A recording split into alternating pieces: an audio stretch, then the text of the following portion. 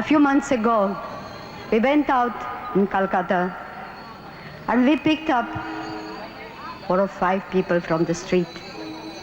And we took them to our home for the dying. One of them was in a very bad condition. So I told the sisters, I'll take care of her. And I did for her all that my love could do. When I put her in bed, she took hold of my hand. And there was such a wonderful smile in her face. She said one word, thank you, and she died. She gave me much more than I gave her. She gave me her grateful love.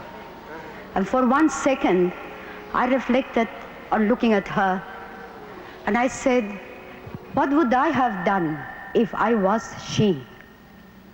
And my answer was, I would have tried to draw some attention to myself. I would have said, I'm hungry, or I'm cold, or I'm dying. But she was so great. She was so beautiful in her giving. The poor are great people. They give us much more than we give to them. We must love them not by feeling pity for them. We must love them because it is Jesus.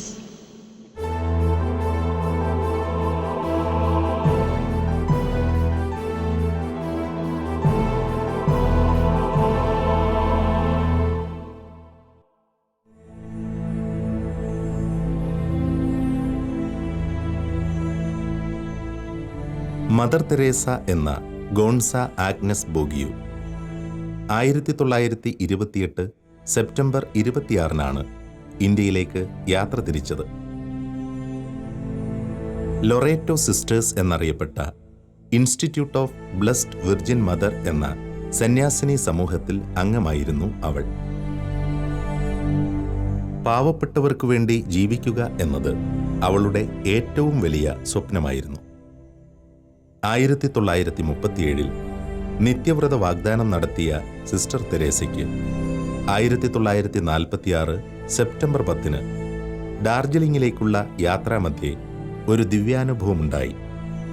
കുരിശിലെ ക്രിസ്തുവിൻ്റെ ദാഹം തീർക്കുവാനായി ദരിദ്രർക്കിടയിലേക്ക് ഇറങ്ങുവാനുള്ള അവിടുത്തെ ക്ഷണമായിരുന്നു അത്. തുടർന്നുള്ള കുറച്ചുകാലത്തെ വിചിന്തനങ്ങൾക്കും പ്രാർത്ഥനയ്ക്കും ശേഷം Calcutta arch bishop Ferdinand പെരിയറിന്റെ പിന്തുണ മദറിന് ലഭിച്ചു. 1948 ഓഗസ്റ്റ് 8 12ാം പിയൂസ് മാർപ്പാപ്പയുടെ അനുമതിയും ലഭിച്ചതോടെ ലൊറേറ്റോ സമൂഹത്തോട് വിട പറഞ്ഞ് മദർ ഈശോയുടെ കരം പിടിച്ച് കൽക്കട്ടയുടെ തെരുവിലേക്ക് ഇറങ്ങി.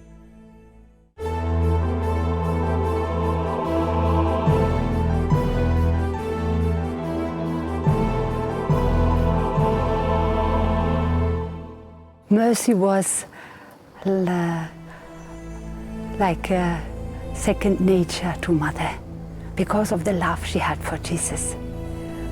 And she invited everybody to put their hands and especially their heart to love. She showed also the way. Peace comes with a smile, and especially with the forgiveness. How Mother suffered so much when she saw broken families. For the children's sake, forgive and start again. Smile at each other. That was continuously the message Mother had. Pray together in the family. Then you will have the grace to remain together.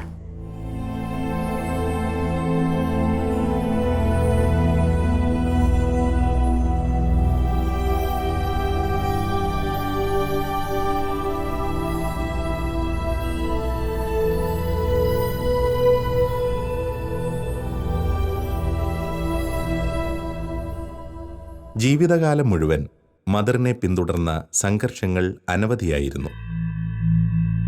തൻ്റെ ഹൃദയത്തിൽ മന്ത്രിച്ച ക്രിസ്തുവിൻ്റെ സ്വരത്തെ മുൻധാരണകളില്ലാതെ അനുഗമിക്കുവാൻ തീരുമാനമെടുത്തപ്പോൾ മുതൽ അവരുടെ മുന്നിൽ തുറന്നു കിട്ടിയ വാതിലുകൾ ഏറെയാണ്. കൽക്കട്ടയിൽ പ്രശസ്തമായ കാളിഘട്ടിലെ കാളിക്ഷേത്രത്തോട് അനുബന്ധിച്ചുള്ള ധർമ്മശാല പിൽക്കാലത്ത് നിർമ്മൽ ഹൃദയ് എന്ന മരണാസന്നർക്ക് വേണ്ടിയുള്ള ഭവനമായി മാറിയത് മദറിന്റെ ശുശ്രൂഷാരംഭത്തിൽ സംഭവിച്ച ഒരത്ഭുതം തന്നെയായിരുന്നു. ഈ സഭ തുടങ്ങിയപ്പോഴേ ഇങ്ങനെ വഴികളിലൊക്കെ പോയി ആൾക്കാരെയൊക്കെ ഇങ്ങനെ നോക്കി, തെരുവിൽ ആൾക്കാരിങ്ങനെ മരിക്കാറായിട്ടുള്ള അവസ്ഥയിലൊക്കെ കിടന്നും, ബോംസ് അവരിങ്ങനെ വഴിയരുത്തുന്ന ഡസ്റ്റ്ബിനിൽ നിന്നൊക്കെ എടുത്ത് കഴിച്ചും അസുഖമായിട്ടിങ്ങനെ മരിക്കാറായ അവസ്ഥയിൽ കിടക്കുന്നതൊക്കെ കണ്ടു മദറിങ്ങനെ അവരെ എല്ലാവരെയും എടുത്ത് ഏതെങ്കിലും ഒരു സ്ഥലത്ത് അവരെ ശുശ്രൂഷിക്കണമെന്നുള്ളൊരാഗ്രഹത്തെ ഇങ്ങനെ കുറേ ചുറ്റി നടക്കുമായിരുന്നു. വഴിയരയിൽ എന്തൊക്കെ ചെയ്യാമോ അതൊക്കെ ചെയ്തു കൊടുക്കുമായിരുന്നു. ആശുപത്രിയിലും അവരെ കൊണ്ടുപോയി എന്തുമാത്രം സഹായിക്കാമോ അതൊക്കെ ചെയ്തു കൊടുത്തു.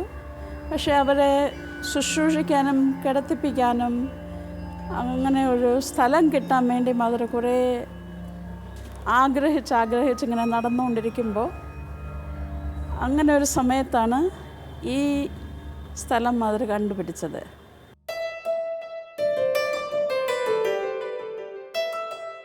മദറിന്റെ കൽക്കട്ട തെരുവുകളിലെ ശുശ്രൂഷകളുടെ ആരംഭകാലം മുതൽ ലോകം അവരെ സാഗൂതം വീക്ഷിച്ചിരുന്നു. ശത്രുതയോടെയും സംശയത്തോടെയും കണ്ടിരുന്നവർ പോലും പിന്നീട് അമ്മയുടെ സ്നേഹിതരും സഹകാരികളുമായി മാറി.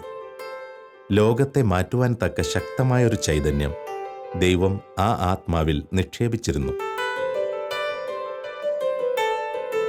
ഈ സ്ഥലമെന്ന് വെച്ചാൽ ഇവിടെ ഒരു ധർമ്മശാല എന്നാണ് പറഞ്ഞിരുന്നത്. ഈ ബിൽഡിംഗ് കാളി ടെമ്പിളിൻ്റെ ധർമ്മശാലയായിരുന്നു. എന്ന് വെച്ചാൽ ആൾക്കാർ വിശ്വസിക്കുമായിരുന്നു അത് ഞാൻ എൻ്റെ മരിക്കാറായ സമയത്ത് കാളിയുടെ പാദത്തിൽ പോയി മരിച്ചാൽ എനിക്ക് മോക്ഷം കിട്ടും. അങ്ങനെയാണ് ആൾക്കാരെ അവരുടെ കുടുംബം ഫാമിലികൾ ഇവിടെ കൊണ്ടുവന്ന് വിടുന്നത്. അപ്പോൾ ഇവിടെ അവർ കിടന്നിങ്ങനെ മരിക്കുമായിരുന്നു. പക്ഷേ അവരിങ്ങനെ ഇവിടെ കിടന്നപ്പോൾ താമസിക്കുമ്പോൾ അവരെ പരിചരിക്കാൻ വേണ്ടിയും ശുശ്രൂഷിക്കാൻ വേണ്ടിയും ആരുമൊന്നുമില്ലായിരുന്നു. ആഹാരം എല്ലാം കൊടുക്കാനൊക്കെ ആൾക്കാരുണ്ടായിരുന്നു. ഇവിടെ ടെമ്പിളിൽ വരുന്ന ആൾക്കാരൊക്കെ അവർക്ക് ആഹാരം കൊണ്ടുപോയി കൊടുക്കുമായിരുന്നു. പക്ഷേ ശുശ്രൂഷ എന്ന രീതിയിൽ അവരെ ചെയ്യാനൊന്നും ആരുമില്ലായിരുന്നു. അപ്പോൾ അങ്ങനെ മദർ ഈ സ്ഥലം കണ്ടുപിടിച്ചപ്പോൾ മദർ ആ ഒരു ചാൻസ് എടുത്തു. മദർ ഇവിടെ കിടക്കുന്നവരെ ആദ്യം ശുശ്രൂഷിക്കാൻ തുടങ്ങി. പിന്നെ അതിൻ്റെ കൂടെ വഴിയേറിൽ കിട്ടുന്നവരെയും ഇവിടെ കൊണ്ടുവന്ന് ശുശ്രൂഷിക്കുമായിരുന്നു. അങ്ങനെ നടന്നുകൊണ്ട് വരുമ്പോൾ ആൾക്കാരിങ്ങനെ അറിഞ്ഞു, ഇങ്ങനെ ഒരു യൂറോപ്യൻ ലേഡി, ഒരു ക്രിസ്ത്യൻ ലേഡി കുറേ മറ്റും സ്ത്രീകളുമായിട്ട് വന്ന്, ആക്ച്വലി ആ സ്ത്രീകൾ സിസ്റ്റേഴ്സ് തന്നെയായിരുന്നു, പക്ഷെ അവർക്കറിയില്ല ഇതാരാണെന്ന്, വന്ന് ഇവിടെ നമ്മുടെ സ്ഥലമൊക്കെ ഇങ്ങനെ കൈകാര്യം ചെയ്യുന്നു. ആർക്കൊന്നും അറിയില്ല. അപ്പോൾ അവർ പോയി കംപ്ലയിൻറ്റ് ചെയ്തു, പൂജാരിയെ അറിയിപ്പിച്ചു. പൂജാരി പോയി പോലീസ് അതോറിറ്റിയോട് കംപ്ലയിൻറ്റ് ചെയ്തു. അപ്പോൾ പറഞ്ഞു പോലീസ് അതോറിറ്റി ഇവിടെ കൊണ്ടുവന്നിട്ട് പറഞ്ഞു, ഇങ്ങനെ ഇത്തരം കാര്യങ്ങൾ നടക്കുന്നുണ്ട്, ഇവരെ ഇവിടെ നിന്ന് മാറ്റിത്തരണം. അപ്പോൾ പോലീസ് അതോറിറ്റിയും പൂജാരിയും കുറേ ആൾക്കാരുമായിട്ടൊക്കെ ഇവിടെ വന്നു നോക്കുമ്പോൾ അവരിങ്ങനെ നോക്കി നിന്നു. മദർ ഇതൊന്നും അറിയില്ലായിരുന്നു, ആര് വരുന്നോ ആര് പോകുന്നു. മദർ സ്വന്തം കാര്യവും സിസ്റ്റേഴ്സുമായിട്ട് അവരെ ശുശ്രൂഷിക്കുന്ന ആവശ്യം പോലെ അവരെ ആൾക്കാരെ ശുശ്രൂഷിച്ചുകൊണ്ട് കാര്യങ്ങൾ നടത്തിച്ചുകൊണ്ടിരുന്നപ്പോൾ ഇവർ ഇങ്ങനെ നോക്കി നിന്നിട്ട് കുറേ സമയം കഴിഞ്ഞിട്ട് പോലീസ് അതോറിറ്റി പറഞ്ഞു, പൂജാരിയോട് പറഞ്ഞു, അഥവാ നിങ്ങളുടേതായിട്ട് ആരെങ്കിലും ഇവിടെ കൊണ്ടുവന്ന് ഇതേ തരത്തിലുള്ള ശുശ്രൂഷകൾ നടത്തിപ്പിക്കുകയാണെങ്കിൽ ഞാൻ ഇവരെല്ലാം ഇവിടെ നിന്ന് മാറ്റിത്തരാം. കാളിഘട്ടിലെ മരണാസന്നർക്ക് വേണ്ടിയുള്ള ഭവനത്തിലെ മദർ തെരേസയുടെ നേതൃത്വത്തിലുള്ള മിഷണറീസ് ഓഫ് ചാരിറ്റി സന്യാസിനികളുടെ പ്രവർത്തനങ്ങൾ ഒരു മഹത്തായ പ്രേഷിത സമൂഹത്തിൻ്റെ ഉദയമായിരുന്നു. ഒരു വലിയ നഗരപാർശ്വത്തിൽ ആരുമില്ലാതായി തീരുന്ന അനേകായിരങ്ങൾക്ക് അഭയവും പ്രത്യാശയുമായി തീരാൻ മദറിനെ ദൈവം ശക്തയാക്കുകയായിരുന്നു.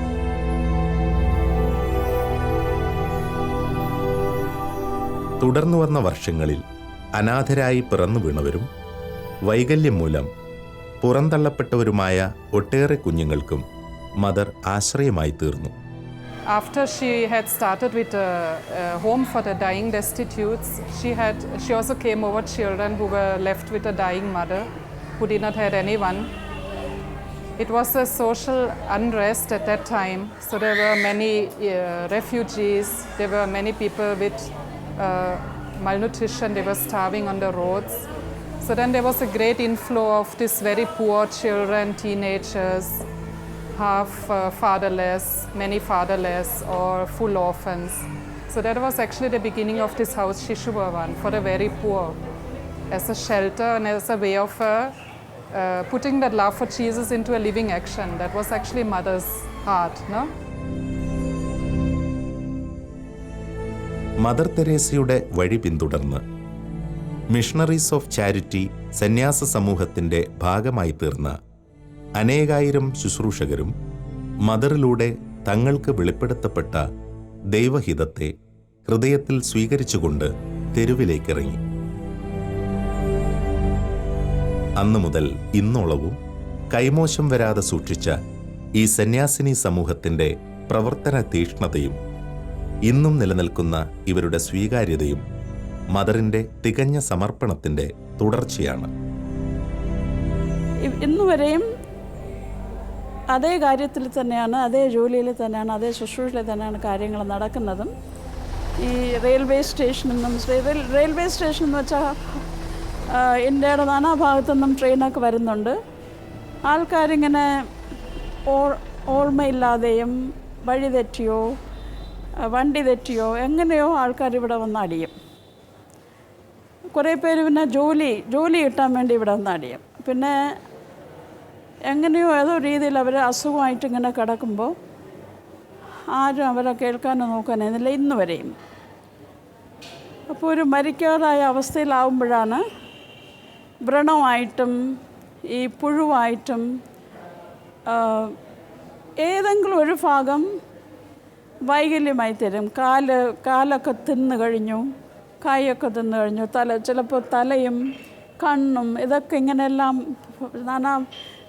ശരീരത്തിൻ്റെ നാനാഭാഗത്തു നിന്നും ഇങ്ങനെ വ്രണമായിട്ട് ഈ അണുക്കളൊക്കെ തിന്ന് ആ അവസ്ഥയിലാണ് ഇവിടെ ആൾക്കാർ ഇന്ന് വരെയും കൊണ്ടുവരുന്നതും. പിന്നെ ഇവിടെ കൊണ്ടുവന്നതിന് ശേഷം നമ്മളവരെ പരിചരിക്കും, ശുശ്രൂഷിക്കും, വേണ്ടുന്നത് ചെയ്യും. പിന്നെ ഒരു ബേസിക് ജനറൽ മെഡിക്കൽ ചെക്കപ്പ് നടത്തും. അത് വേറെ ഏതെങ്കിലും ഒരു അസുഖം ഉണ്ടോ എന്ന് നോക്കാൻ വേണ്ടിയിട്ട്. വേറെ ഏതെങ്കിലും അസുഖം കണ്ടുപിടിച്ചാൽ പിന്നെ അവർക്ക് ആവശ്യമുള്ളതുപോലെ വേണ്ടുന്ന ആശുപത്രികളിൽ അഡ്മിറ്റാക്കും. അവിടെ പിന്നെ ശുശ്രൂഷ കഴിഞ്ഞിട്ട് ഇവിടെ കൊണ്ടുവരും. പിന്നെ അവരൊരു മനസ്സിനോട് ഒരു സെറ്റിൽമെൻ്റ് ആയതിനു ശേഷം അവർ ഇങ്ങനെ ഓർമ്മിക്കാൻ തുടങ്ങും.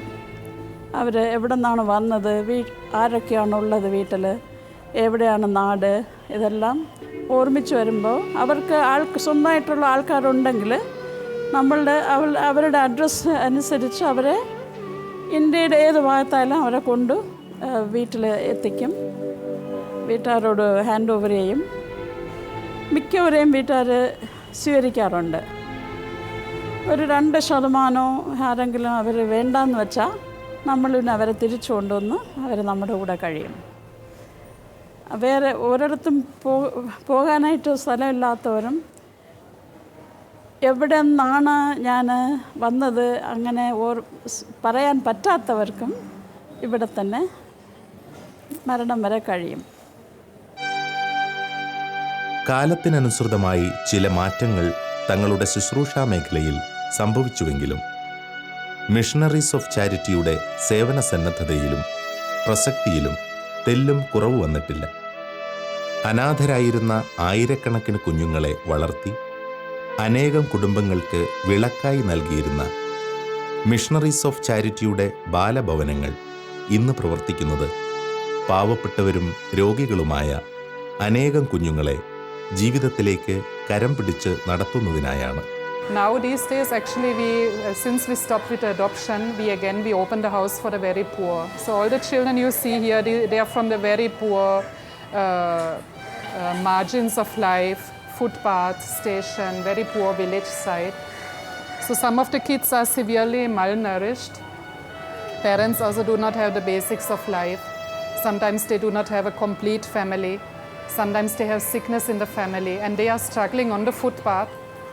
Every day is for them a struggle for the necessities of life.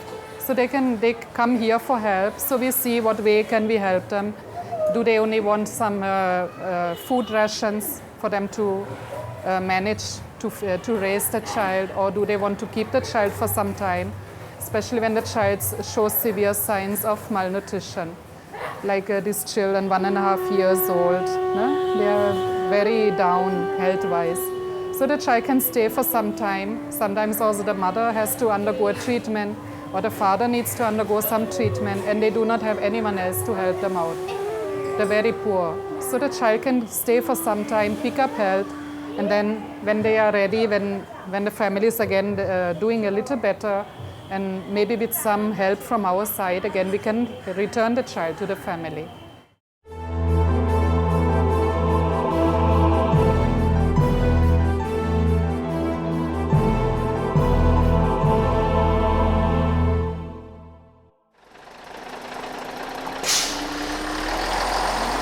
ഭാരതത്തിലെ ഏത് നഗരത്തെയും പോലെയോ അതിനുമപ്പുറമോ കൽക്കട്ടയ്ക്ക് 2 ഭാവങ്ങളുണ്ട്.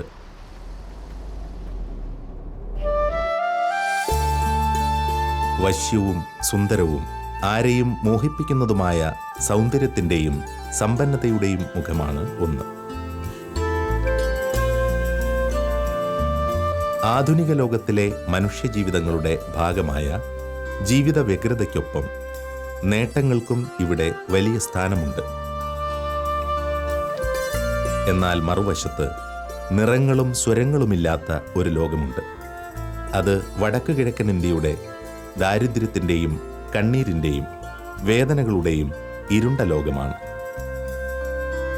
ഒരുപക്ഷെ മറ്റേതൊരു നഗരത്തെക്കാളുമേറെ സ്വന്തം വികാരങ്ങളെയും ആഗ്രഹങ്ങളെയും മനുഷ്യാത്മാക്കളെന്ന തങ്ങളുടെ ആത്മാവബോധത്തെ തന്നെയും അടിച്ചമർത്തി കഴിയുന്ന അനേകായിരങ്ങൾ എക്കാലവും ഇവിടെ ജീവിച്ചിരുന്നു.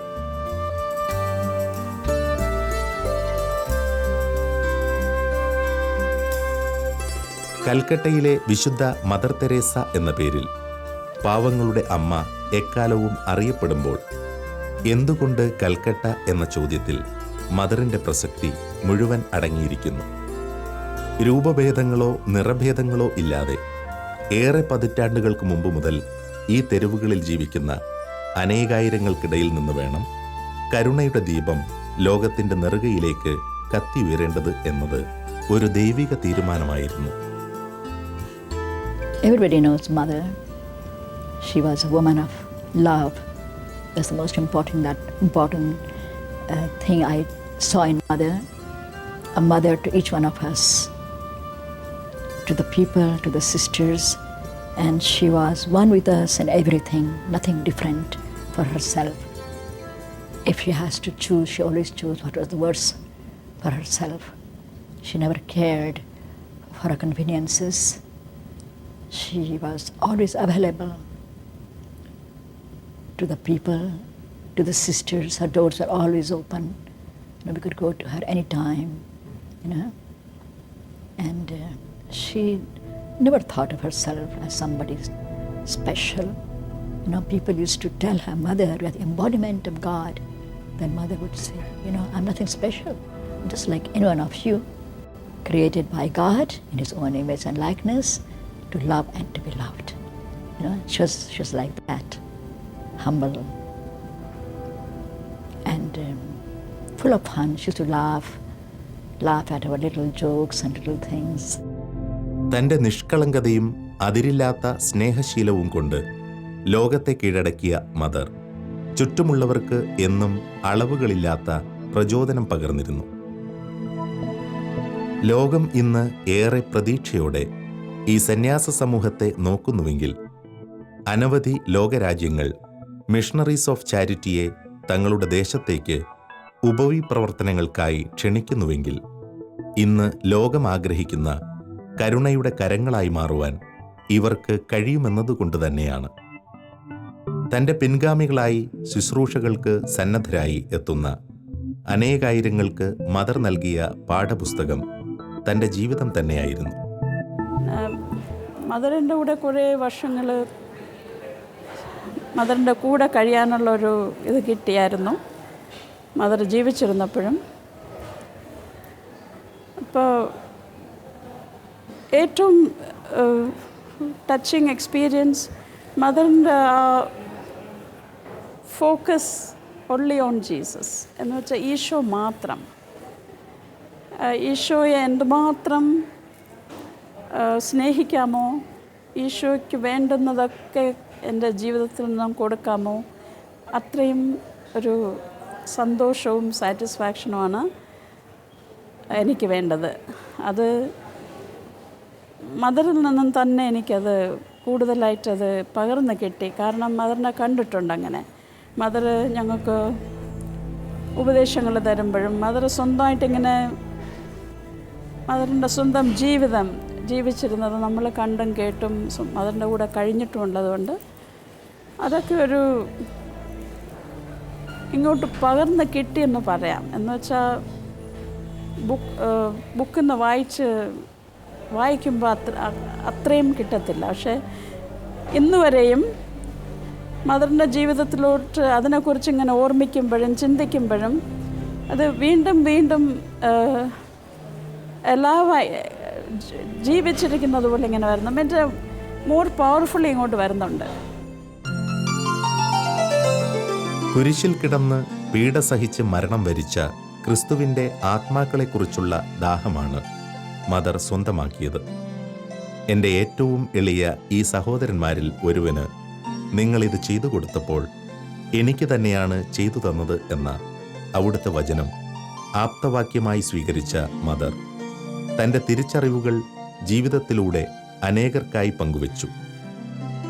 മദറിൻ്റെ ജീവിത മാതൃകയിലൂടെ ജ്വലിച്ച ആത്മാക്കൾ ലോകമെമ്പാടും ക്രിസ്തുവിനെ പ്രഘോഷിക്കുന്നു.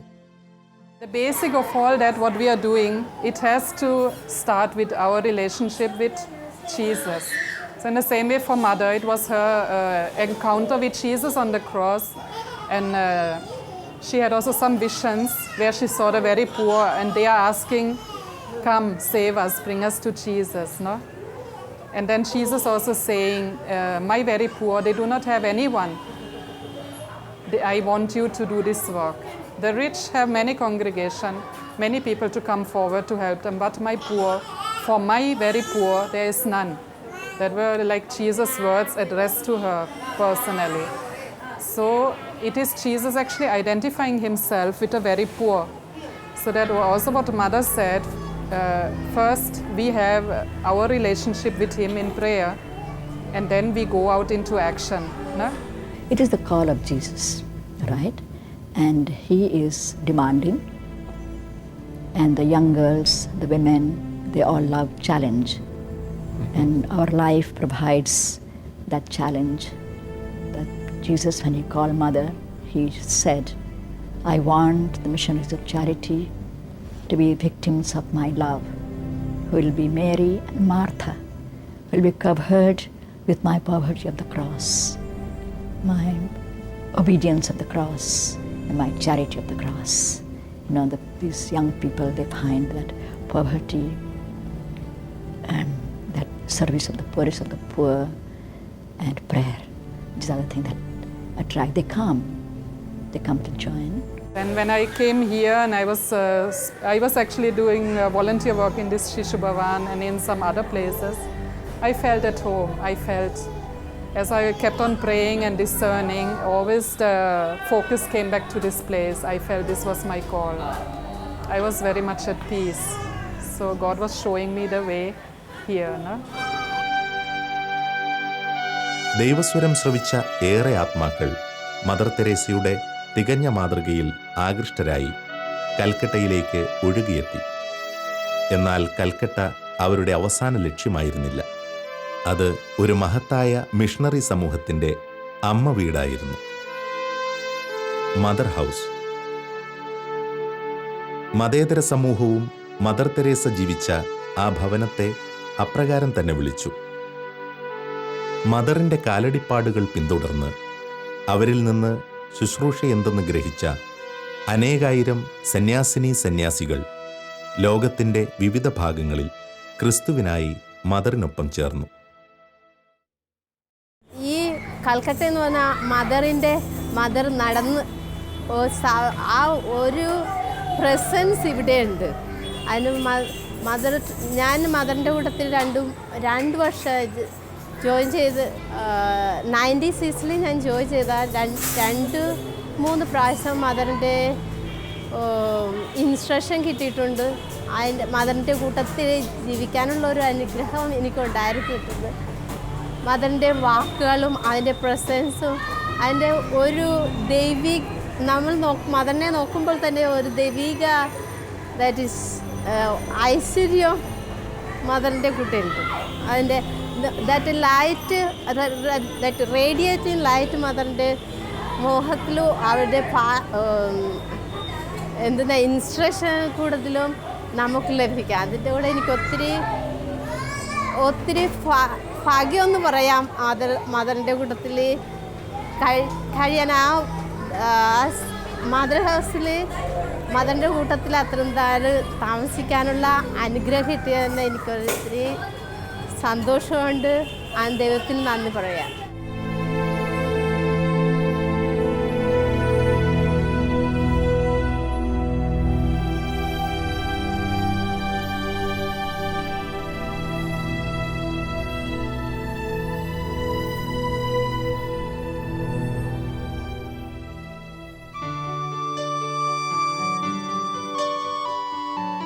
ഇരുപതാം നൂറ്റാണ്ടിൻ്റെ മധ്യകാലം മുതൽ ലോകശ്രദ്ധ കൽക്കട്ടയിലേക്ക് തിരിഞ്ഞു.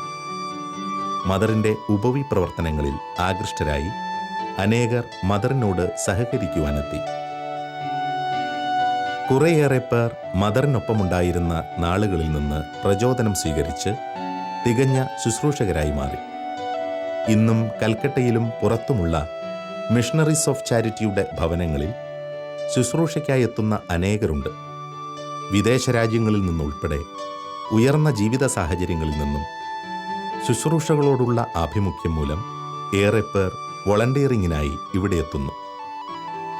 Besides that, we have many volunteers from all over the world. They come and during the holidays in Calcutta twice a year. Big number of young people. They come and they do a very simple thing, just with the patients, sick and dying patients, the handicapped children. Simple things. But they are touched. When they are touching the poor, they are being touched by Jesus in the poor. They are touching really Jesus in the poor, and they are touched. And many of them come back again and again, and some of them who don't come back in their own places, and it makes a big difference in their life. The challenge for the young people. Volunteers mother ഉണ്ടായിരുന്ന സമയത്ത് വരുമായിരുന്നു, ഇപ്പോഴും വരുന്നുണ്ട്. അവരിപ്പോൾ volunteering വേണമെങ്കിൽ അവർ ഇങ്ങനെ അവരുടെ കൂട്ടുകാരെന്ന് കേട്ട് ഇവിടെ മറ്റുള്ളവരിവിടെ വന്ന് അവരുടെ എക്സ്പീരിയൻസ് കേൾക്കുമ്പോൾ പിന്നെ മറ്റുള്ള ആൾക്കാർക്കും ഇവിടെ വരണമെന്നുള്ളൊരാഗ്രഹമുണ്ട്. ചില സമയത്ത് അവർ ഒരു ദിവസത്തിന് വന്നാൽ ഒരാഴ്ച, ഒരു മാസം നീട്ടി അവർ നിൽക്കും.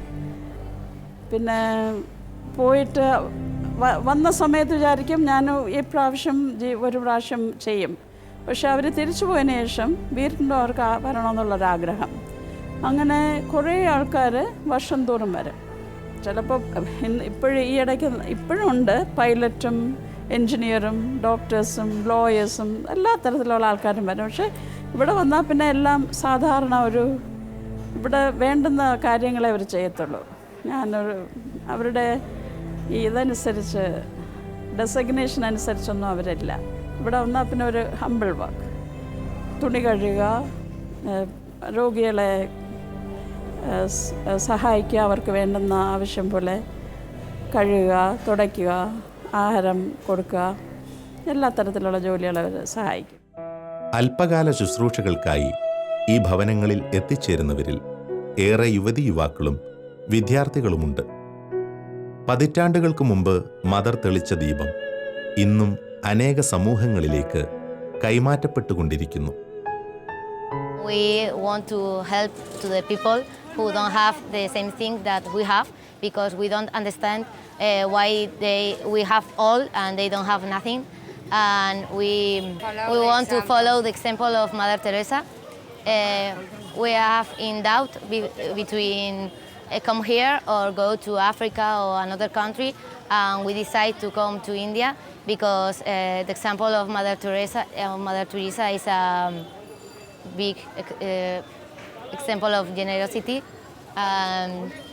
We decide to come here for the reason. Are really concerned about poor people, I don't know, weak people or challenged people. So Mother Teresa, we identify ourselves with her because she used to fight for these people. That's why she's very famous in Spain and in the Basque Country, and that's why we came here to help people to have a nice time working here and to have this great experience.